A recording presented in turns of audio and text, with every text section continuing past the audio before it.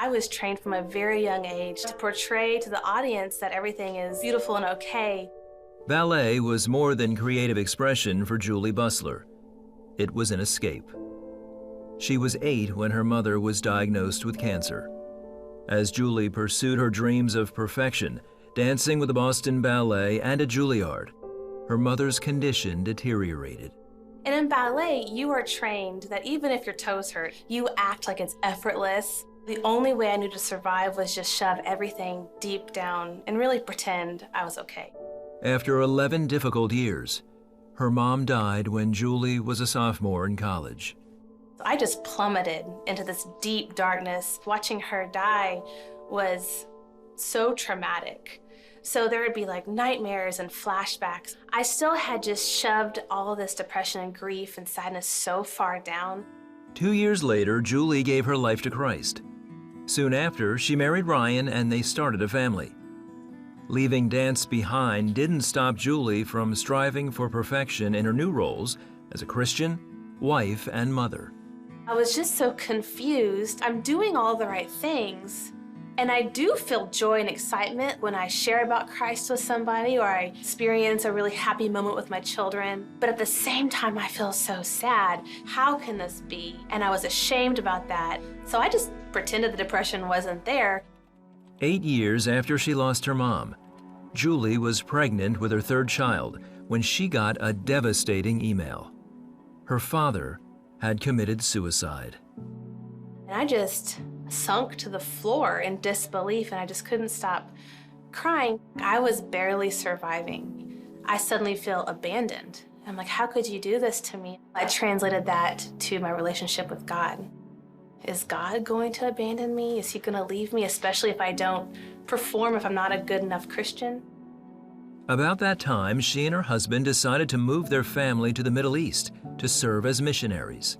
Over the next 6 years, Julie's depression got harder to hide. And these intrusive thoughts started to pop in my head. I would be okay if I didn't wake up. I love my family, but I'm so tired.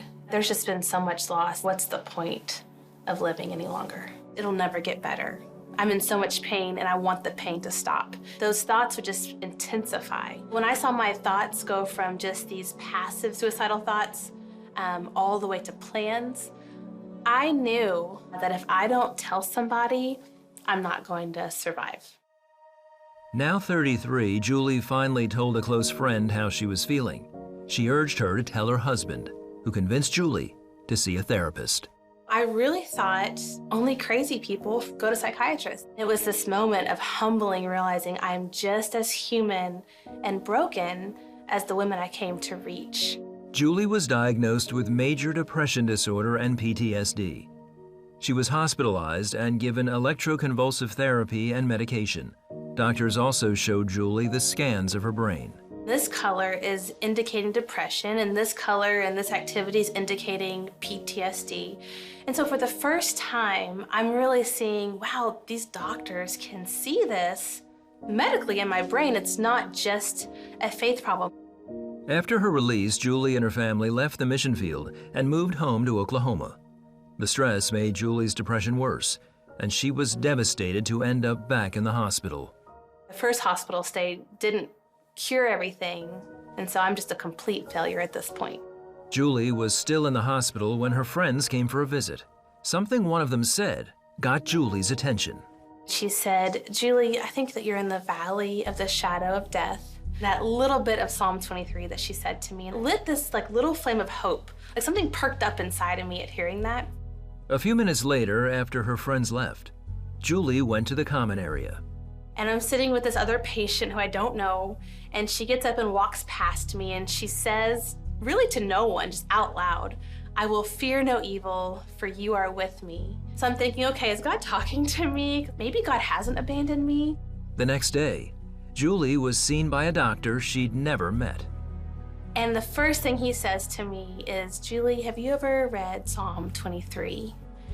And it was in that moment where I thought, I am not forgotten by God. I'm not abandoned. He knows exactly where his sheep is, and he is my shepherd. Julie came home from the hospital with renewed hope and faith. In addition to taking medication, She began reading her Bible every day. I would make myself get up, and even when I didn't feel like it, I would read. And eventually that became just this delight every morning. And as I went through the Bible, I started to see the whole picture and really who God is. I started to see sorrow is not sinful. Sorrow and joy can coexist. That's what Paul says. And so now I've learned that when I feel sadness, it's okay. It's not going to take me out. Those are things that I might struggle with and live with, but who I am is accepted and loved and cared for with this hope of heaven that is secure. It was the Word of God that would transform my mind. Now, Julie and her family are thriving and learning to live with her illness as they follow Christ together.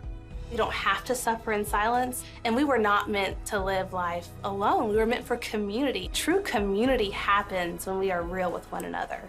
Mental illness is not just a faith problem. We certainly need faith to thrive with mental illness, but it's also an illness, as the name implies. Medicine and therapy are good gifts, but they're incomplete without Jesus. Jesus alone is the hope